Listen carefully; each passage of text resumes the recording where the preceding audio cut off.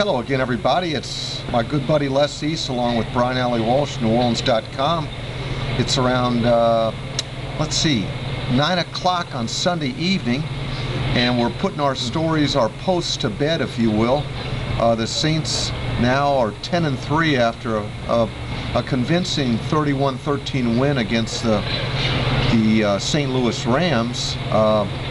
The win enables the Saints to keep pace with the Falcons in the NFC South. However, the Falcons still maintain one-game lead, plus they own the overall tiebreaker by virtue of their earlier win against the Saints in Week 3. So technically it's really like a 1.5 game lead at this point with 3 games remaining, and that's the bad news in that sense.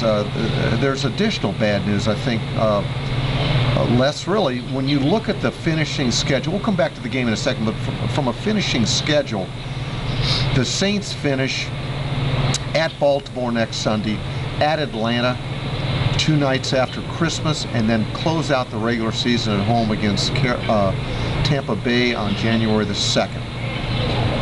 Conversely, the Falcons go to Seattle next Sunday, entertain the Saints on December the 27th, and then close out the season at home against the lowly Carolina Panthers, who they defeated today 31-10, I believe it was. So, you know, you look at the schedule and it clearly favors the Falcons. But we're about to tell our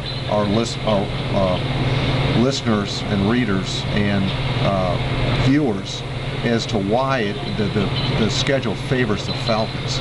Yeah, well, it favors them in a couple of ways. One, it's a weaker schedule, playing Seattle and Carolina rather than Baltimore and Tampa Bay, setting aside the head-to-head meeting. But more importantly, the tiebreakers all favor Atlanta. Let's assume the Saints win out, which includes a victory in Atlanta, and the Falcons win their other 2 games, which we would expect. Now, that's assuming the Saints go to Baltimore and win next week and beat Tampa Bay at the end, which are no gimmies. But let's say that happens. Then you look at it head-to-head, the Saints and the Falcons will have split, which is the first tiebreaker. The second tiebreaker would be divisional record. They would both be 5-1 in the division. Then it goes to common opponents. Okay, we've already established that the division is even, so it goes to non-divisional games that are common opponents. In that case, Atlanta would be 1 game better than the Saints, and the Saints would be sitting here at 13-3, going on the road to play the NFC West champion in the first round of the playoffs because they lost to Cleveland and they lost to Arizona.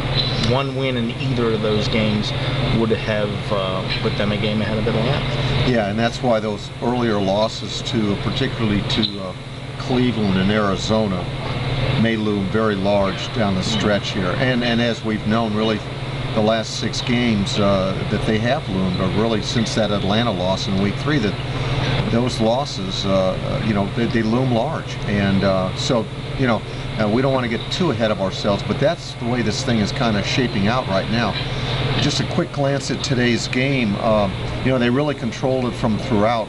They jumped out to a quick 14-0 lead, and St. Louis had its opportunities, but couldn't cash in. And the big blow was when they had recovered Courtney Roby's fumbled kickoff, and we're in a position, this is when they were trailing 14-3, we're in a position to at least trim it to 14-6 or even 14-10 with a touchdown. What happens? Sam Bradford gets picked off by Malcolm Jenkins, and Jenkins returns it a la Darren Sharper-ish, 96 yards for a touchdown, and now it's a 10 to 14 point swing. It's 21-6, and pretty much it was you know, the game was over at that point. Right. It was 14-6 at the time. I'm sorry. So theoretically, if they scored a touchdown, if they had chosen to go for 2, they could have actually tied the score. And the real key there, that certainly turned the game completely around.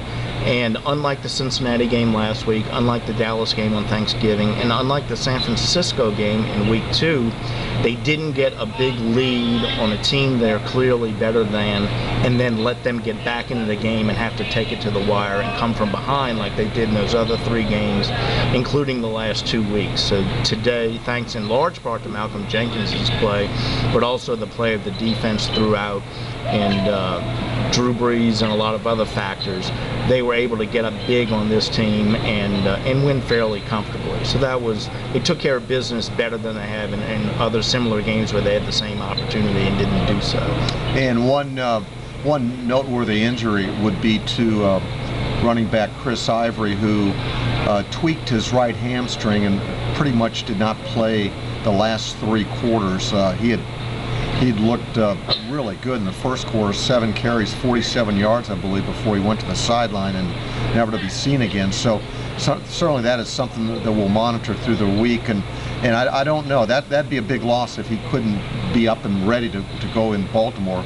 You know, you just never know what the weather's going to be like. And while Pierre Thomas looked good in his first game back, a healthy Chris Ivory against the Baltimore Ravens would be a big plus.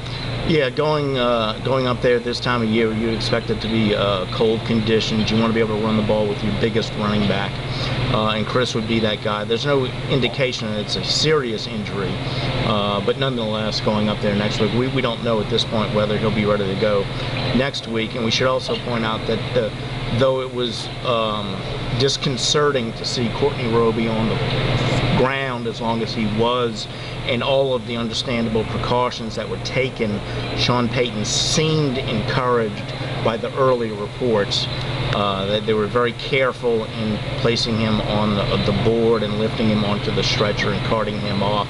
He did move one of his hands as he was carted off, and they said he had feeling in all of his extremities, and Payton said, you know, there were positive signs early on. So we'll find out more hopefully tomorrow, but it does seem somewhat encouraging on Courtney Roby that the precautions were hopefully just that, precautions. Absolutely, and our thoughts and prayers are, of course, with Courtney Roby. So for Les East, I'm Brian Allee-Walsh with NewOrleans.com. Aloha, everyone.